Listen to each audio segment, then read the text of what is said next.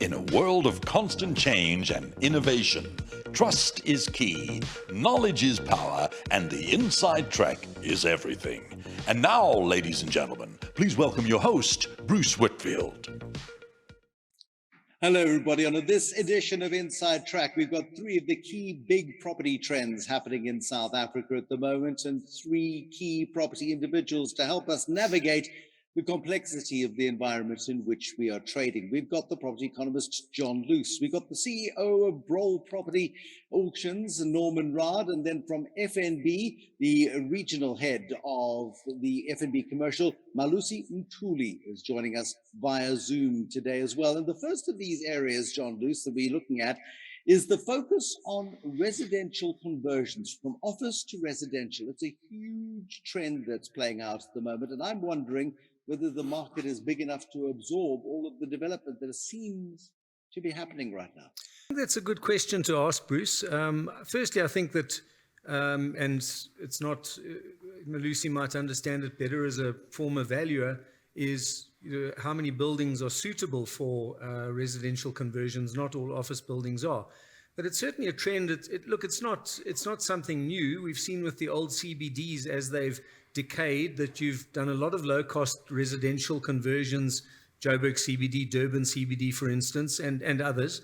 So it's certainly not a new thing. But I would expect now, in the absence of data, I would expect that it's probably escalating in pace, not only in those old CBDs, but now in decentralized nodes. The big northern nodes of Johannesburg with their big, large amounts of office space. It is probably on the up in terms of quantity, because we know that office vacancy rates in recent years have risen quite dramatically, and the future of office is more limited given the escalation in the remote working trend. So I don't think those high vacancy rates are going to go away by themselves. So yes, I would say my guess is, my perception is that there's a significant amount of residential conversion happening. Well, it certainly is there, Malusi. I mean, you've just got to drive around the streets of the northern suburbs, and there's signs up everywhere talking about conversions or talking about to-let signs. The to-let signs on more buildings, certainly in Fredman Drive, for example, where I was the other day, there are more to-let signs than let signs up. What's the data telling us?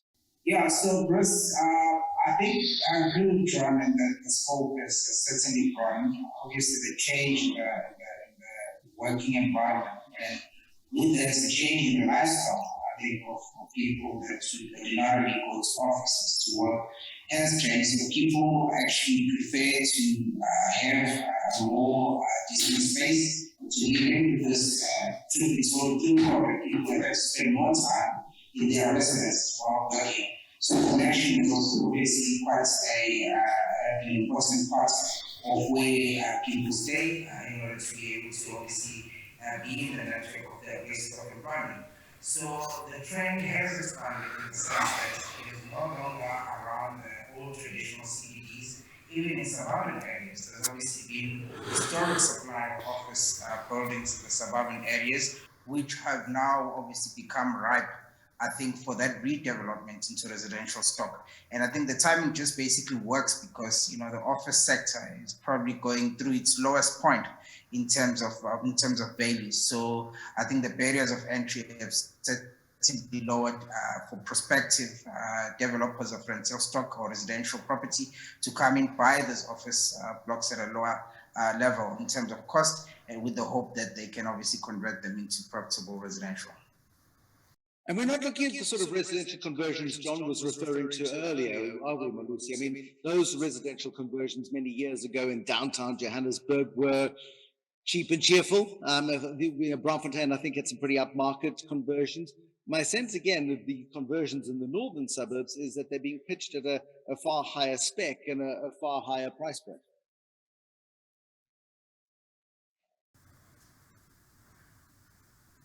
Yeah, look, so if I had your question correct, Bruce, I think it was a bit faint, but if you're talking the northern suburbs or the upper end suburbs, pretty much looking for higher spec, I think the data is out there. I think some of the publications that John also works on actually do point to the upper end of the market being the one that struggles the most. And as a result, you're seeing a lot less investment going to the top end of the market.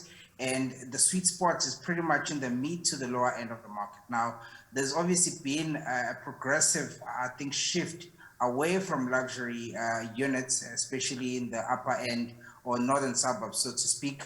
And you'll see in Sandton, there's developments that have actually come up where units are actually selling for $1 million or just over $1 million. And for someone that is just looking for a bed to sleep, a place that is convenient where one can quickly zap into work and out in need, and also obviously have the convenience of living within a modern central business district, it obviously works. And as a result, you've seen a massive, massive uptake of these units in Sandton. And I know another company, BlackRock, is actually doing something in the Western Cape to obviously come in, offer units that are within the sweet spot of mid to lower end of the market. And obviously the demand in that space is actually quite huge. These units actually sell off the shelf. They don't really last. Well, that's really good news, because then it does suggest, Norman Raad, as if this property cycle, as tough and as challenging as it is, the innovation within the sector is more than making up for some of its more worrying shortfalls. Yeah, so we're quite excited to see young, new entrepreneurs enter the market with their ideas. We've seen buildings being converted, offering something that has never been on the market before. Exciting, almost another social belonging or society with these properties that have been converted to residential. And all these innovative and creative ideas of how to convert these buildings. You're getting new people entering the market and then obviously participating in the possible acquisitions. A few months ago or a year ago, we had none of those. So we're excited about those entrepreneurs who believe that there's a demand, and there actually is a demand. But again, I just want to reiterate, it's only at that entry level. We don't see that uptake above the first-time buyers or the R1 million mark. There's not much of that going around in the economy at the moment. No, and I think it's a broad trend, isn't it, John? I mean, that residential sector is quite constrained. There's some hell of a good deals going on in the sort of, 8 to 14 million rand space. It certainly seems there's a huge amount of negotiation that's happening in that space. And the real competition is at the lower end. Yeah, I think so. And I think, Bruce, the important point to make there is that it has implications for the sort of the whole node, take a place like Sandton. I mean, what I've been expecting for a while is that the income demographic has to decline. Now, I don't know by how much, but yes, more entry-level type stuff, more a lower average value than what it perhaps was, and a lower income demographic than what it was. It's not just about luxury and Sandton anymore.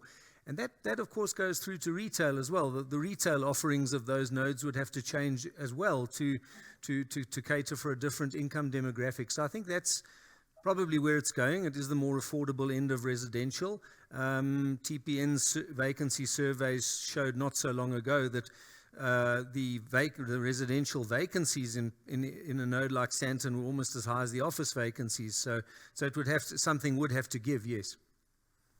Absolutely. Norman, let's talk a little bit about industrial property. Industrial property also has been a lively sector, and most of it has been sort of focused in on logistics and the opportunity there and the redevelopment of properties and new properties coming to market. What is your sense of the industrial space right now? Well, if we've done a little bit of a study now recently across the board with the listed sector and with the private individuals that own industrial properties, and we've found that the vacancy has gone down, decreased tremendously. I mean, there's almost no vacancy in some of the portfolios. There's been a lot of uptake, and when the properties come on the market, we've sold them. We've sold them. Our competitors have sold them. There's properties that have been sold in that sector, and it's not just in the logistics sector. So there's been one or two innovative, entrepreneurial businesses and that have come to the market where they've actually taken over and cannibalized sectors in the industrial market, and they've almost like shared spaces. They've been very, very successful. They're offering a different product, and that in itself takes a lot of product out the market.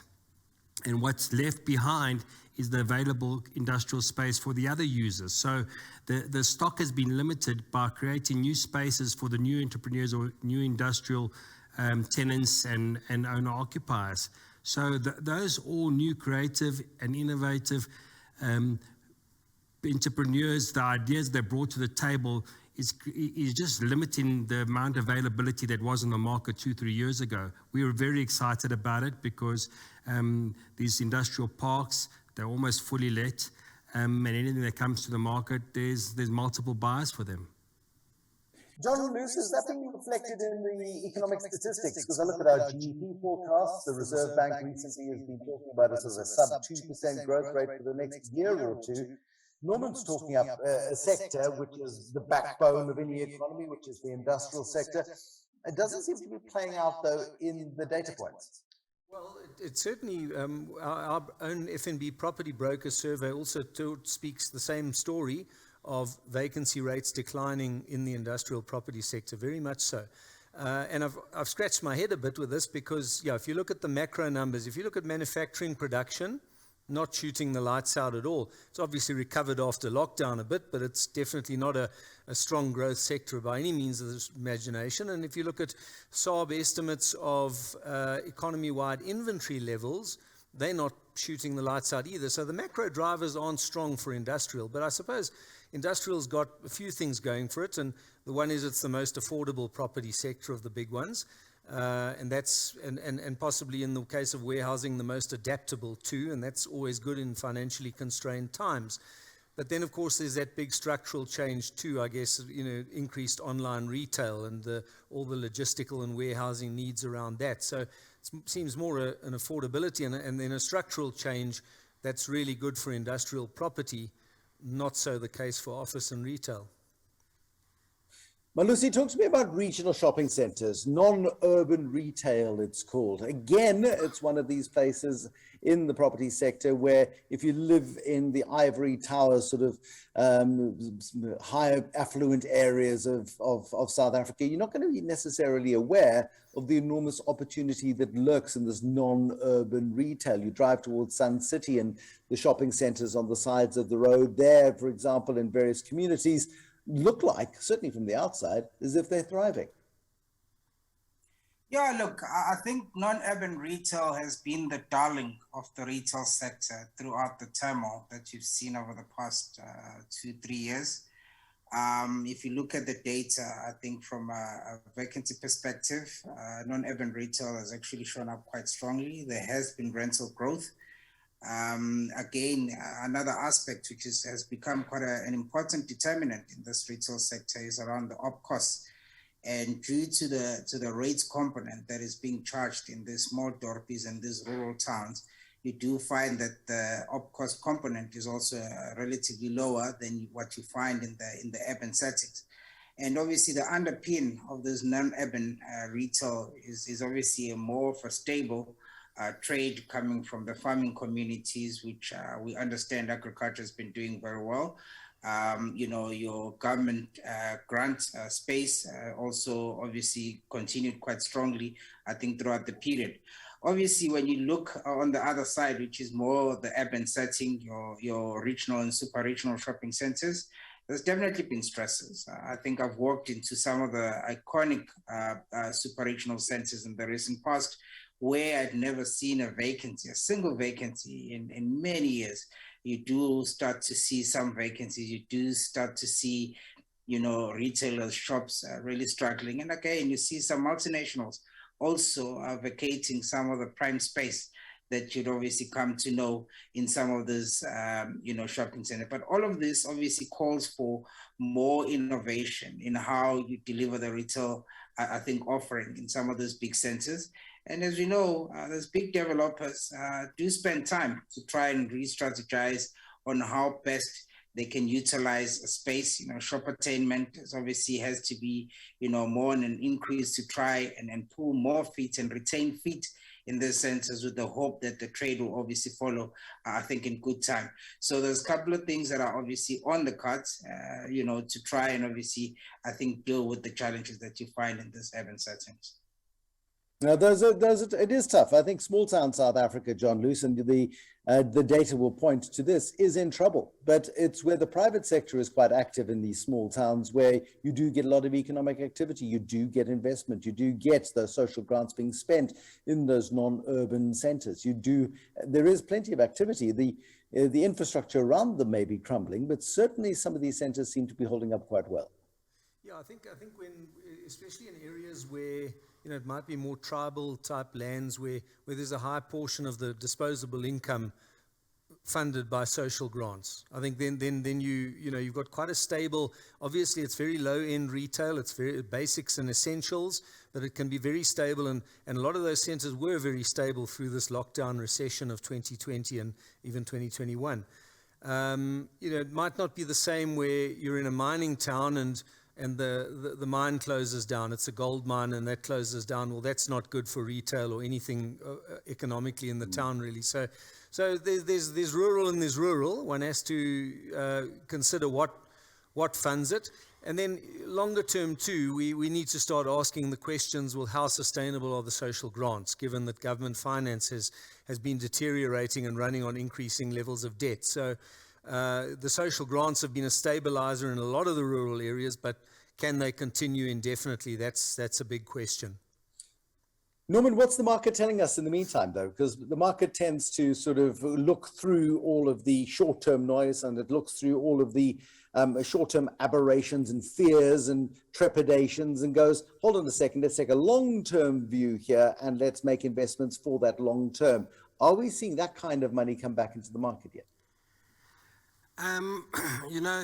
We actually had an incredible start to the year. There was a lot of positive things, a lot of sales happening, a lot of more inquiries for properties that we never sold last year.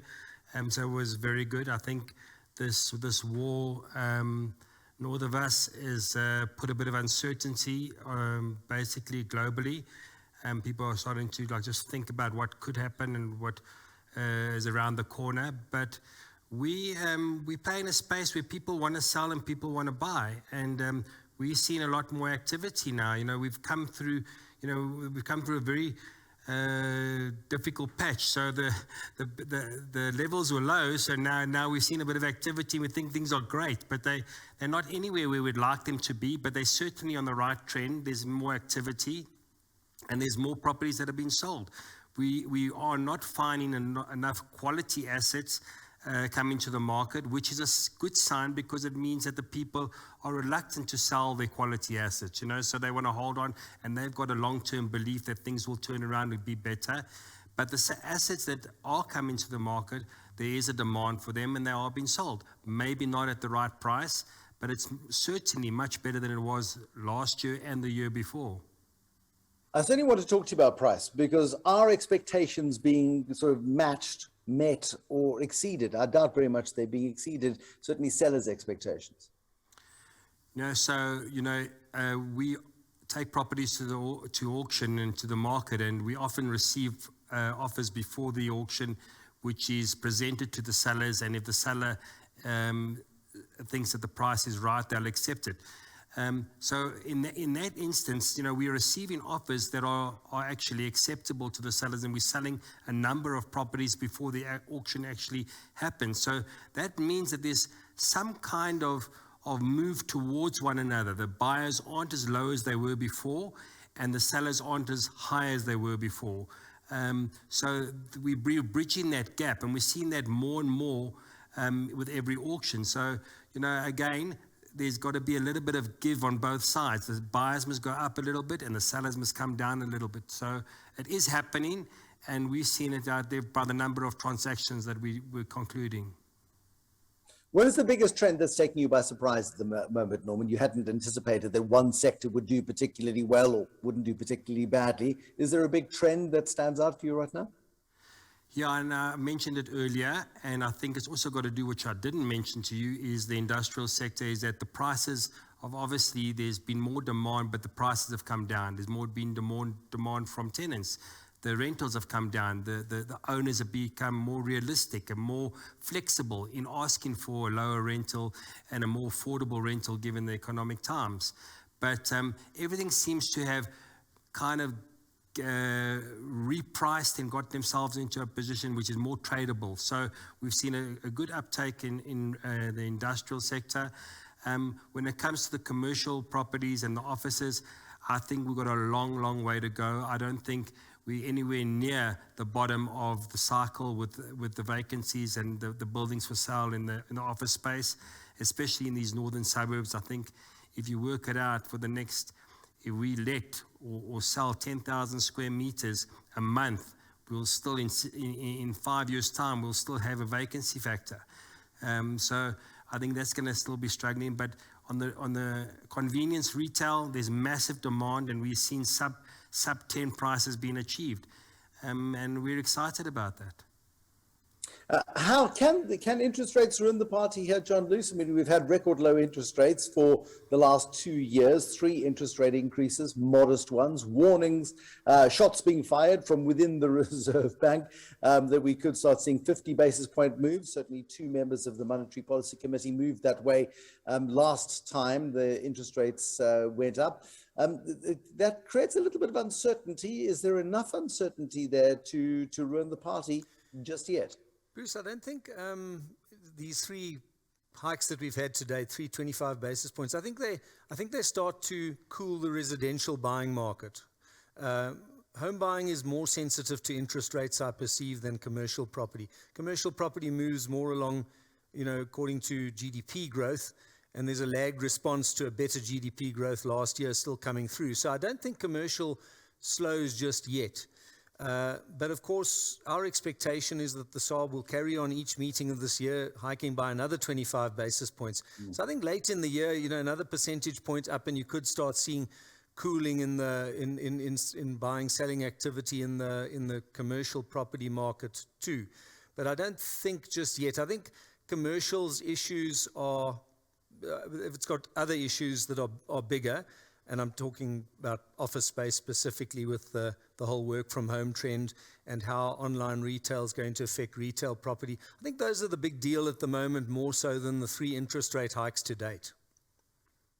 John, thank you very much indeed. Norman, to you, thank you. And Malusi also joining us via Zoom today. Thank you very much for joining us on Inside Track as we look at the 3 hottest sections or segments of the South African property sector at the moment. Thanks for watching. Bye-bye.